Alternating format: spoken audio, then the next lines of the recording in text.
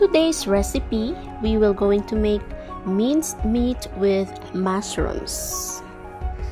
Oh guys, today's recipe ay napakasarap and very affordable and very easy to make guys. And yung minced meat natin ay nilagyan natin ng healthy veggies. Please don't forget to subscribe, like, and share. Click the bell for you to keep updated.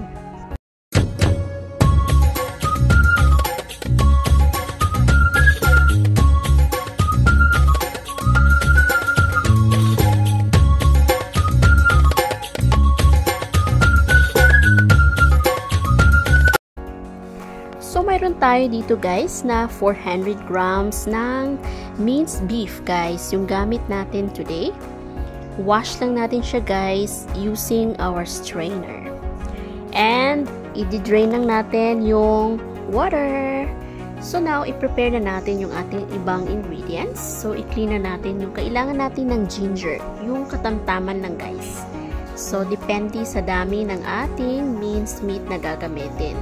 So, i-cut lang natin siya guys into small pieces. Yung maninipis guys na pagkahiwa. Thinly size guys yung gagawin natin. So, mayroon din tayo ditong 1 bell pepper. Green yung ginamit ko guys. So, actually, pwede kayong gumamit ng any color of bell peppers. Pwede yung red, orange, or yung yellow. Depende guys sa available na bell peppers na nandyan sa inyo. So, itanggalin natin guys yung seeds ng ating bell pepper.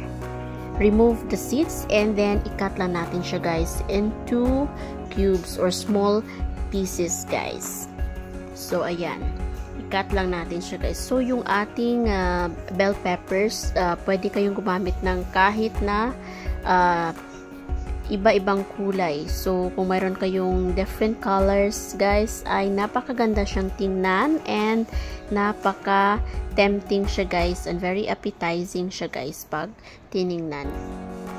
And, ayan, so, mayroon ditong isang carrots yung ginamit ko, guys. Yung katamtaman ng yung laki. So, babalatan lang natin siya, guys.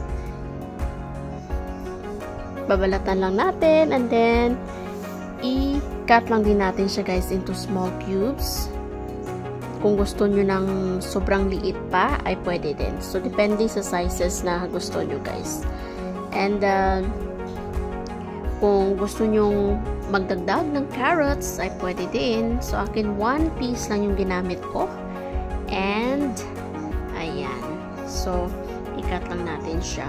So, yung ating minced meat today guys, syempre, alam ko na maraming style yung paggawa ng minced meat na pwede kayong gumawa ng or magluto ng minced meat na gamit or maglagay ng iba't ibang klase ng ingredients guys. So today, tinry ko guys na maglagay ng mushroom. So ayan, mayroon tayo ditong 1 large onion. So, i-cut lang natin siya guys.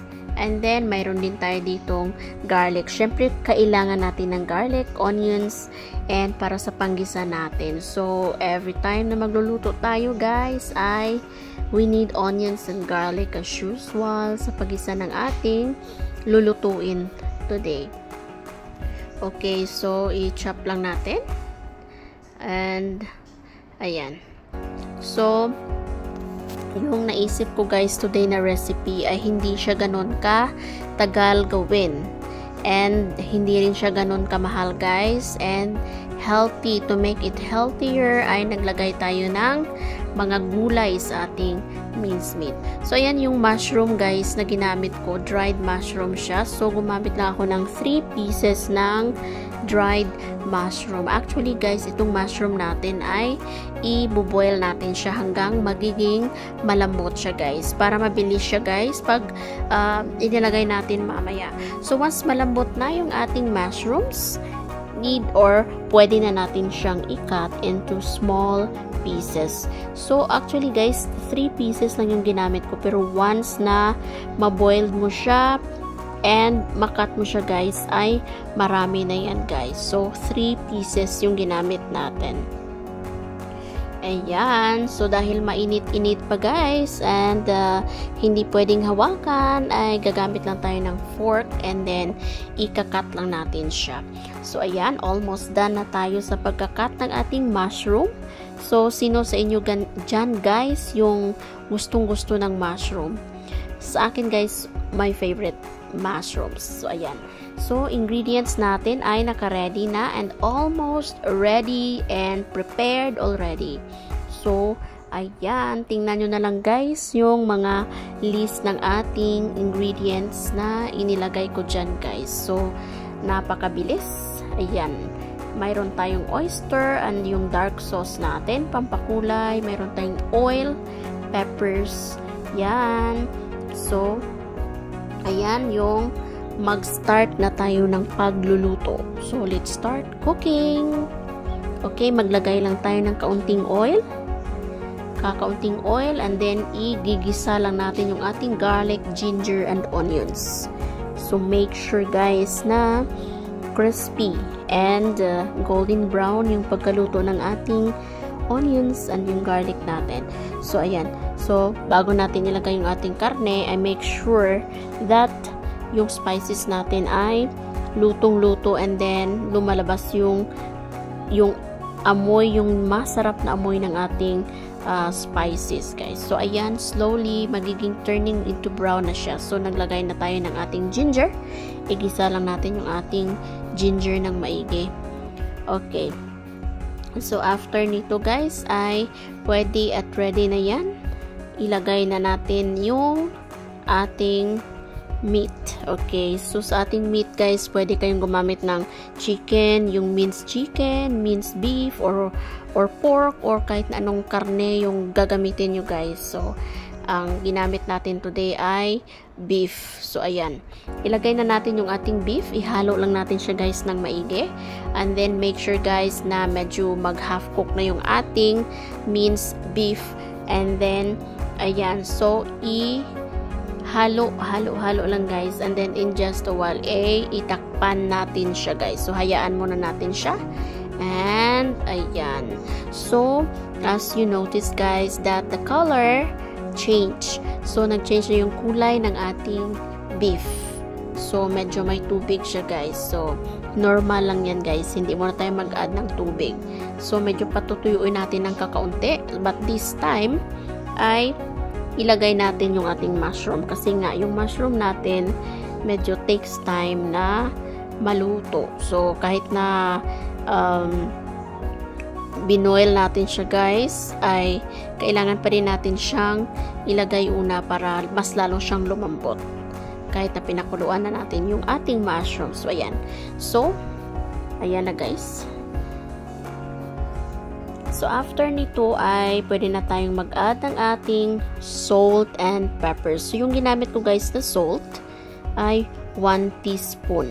So, dahil gagamit pa tayo ng ating oyster sauce, pero anyway guys, yung ginamit kong oyster ngayon ay less salt. So, hindi siya ganun ka maalat. So, 1 teaspoon yung ginamit nating salt.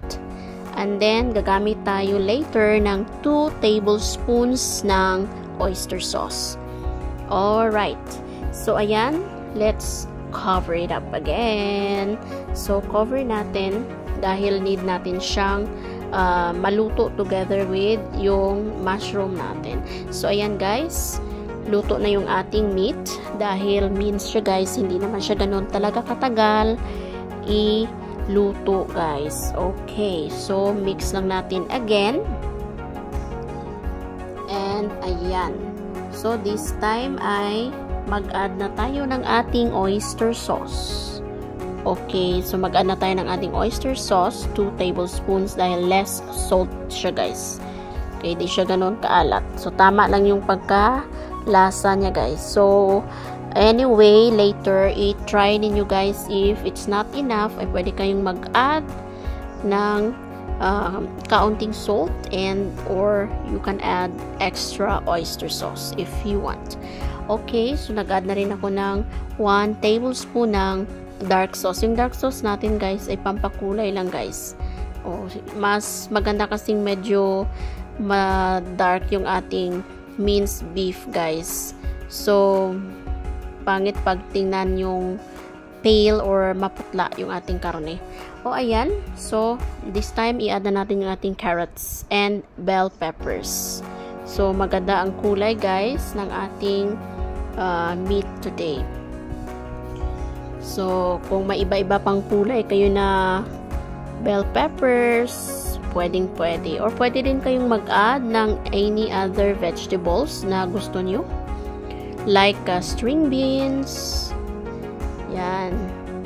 So, now, mag-add tayo ng half cup ng water. So, tama lang guys para maluto yung ating carrots. Anyway, yung carrots natin is not necessarily na ipatagalan nyo dyan guys sa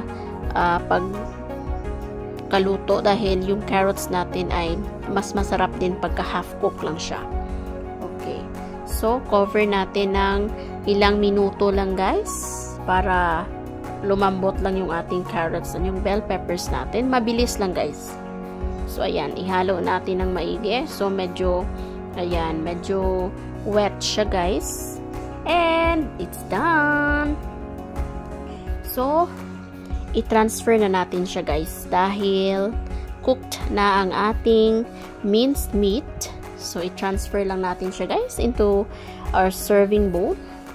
And, yung ating minced beef today ay pwede kayong kumain nito guys and partneran nyo lang guys ng kanin or ng bread or pwede kayong maggawa ng sandwich guys na gamit yung minced meat natin today. So ayan na nga guys yung ating yummy na minced beef with matching mushrooms and bell peppers and carrots. So, napaka-healthy. So, yan nga guys. As usual. Yan. Kainan na naman. Sira yung diet. So, anyway guys, please try this at home. And for sure, magugustuhan nyo to guys. So, napakasarap siya guys. And nagustuhan nila dito. So, guaranteed that, you know, na aside sa napakadali siyang gawin ay hindi siya ganun katagal lutuin. So, ayan. So, thank you very much guys for watching and maraming salamat sa mga hindi pa nakasubscribe. Please, don't forget to subscribe, like and share, click the bell for you to keep updated. And then, please guys, try to visit some of my uploaded videos. May mga recipes ako dyan guys na baka magustuhan nyo. And, thank you for watching again. Till next time. Bye!